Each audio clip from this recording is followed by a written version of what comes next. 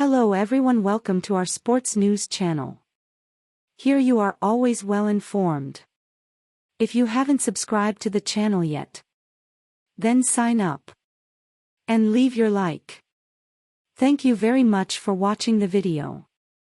With 2023 NFL free agency underway, ESPN Analytics writer Seth Walder is grading every big NFL signing and trade of the offseason.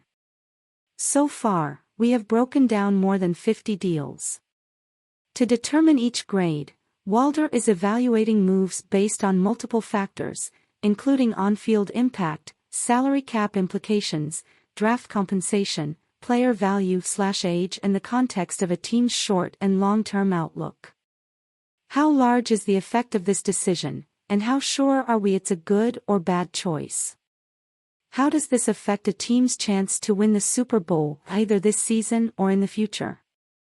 General managers making transactions don't have the luxury of seeing how it all plays out, so neither should we.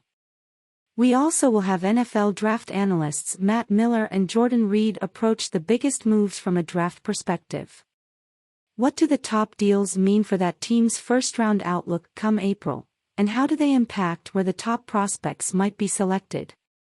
Taking into account team needs, positional value on draft boards, and what they're hearing from around the NFL, they break down what it all means.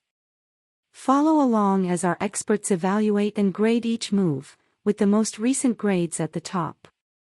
Cowboys trading for W.R. Brandon Cooks. Dallas Cowboys get W.R. Brandon Cooks. Houston Texans get 2023 5th-round pick, 2024 6th-round pick. Cowboys grade A. Texans grade C+. A year ago, the Cowboys made a mistake by trading Amari Cooper to the Browns for cheap. Making this deal for Cooks doesn't rectify that error, but it fills the need the Cooper trade created, and the Cowboys had to fill it. Cooks was one of the most reliably productive wide receivers in the league until last year.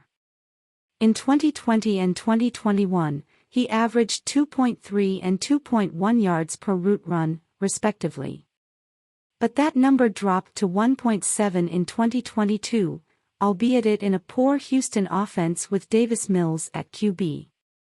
His receiver tracking metrics overall score also dropped, from 67 to 60 to 42 over those 3 seasons.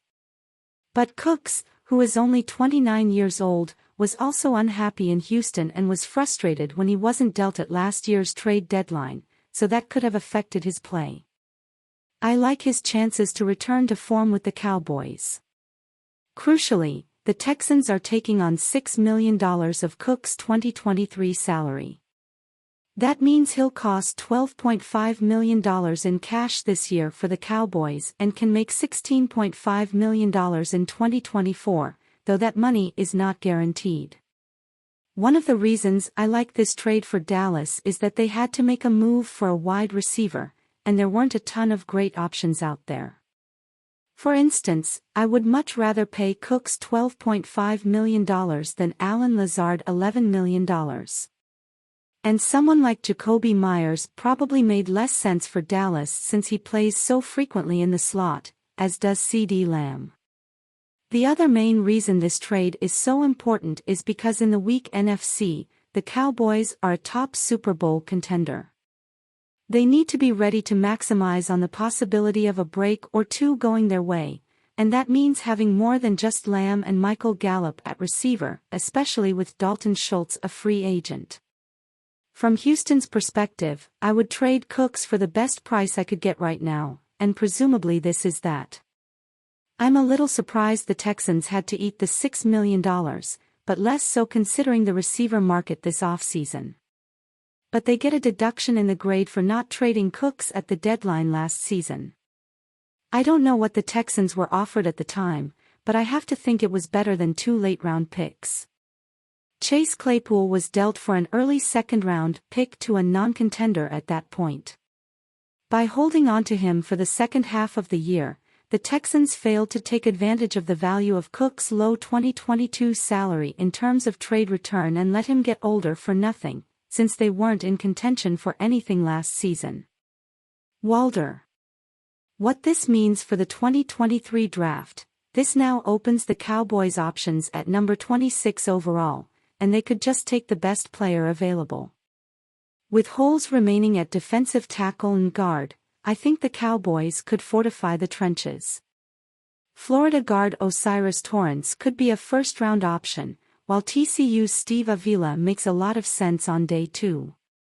Addressing interior defensive line could also be an option, and Baylor's Siaki Ika is a day 2 prospect who could help.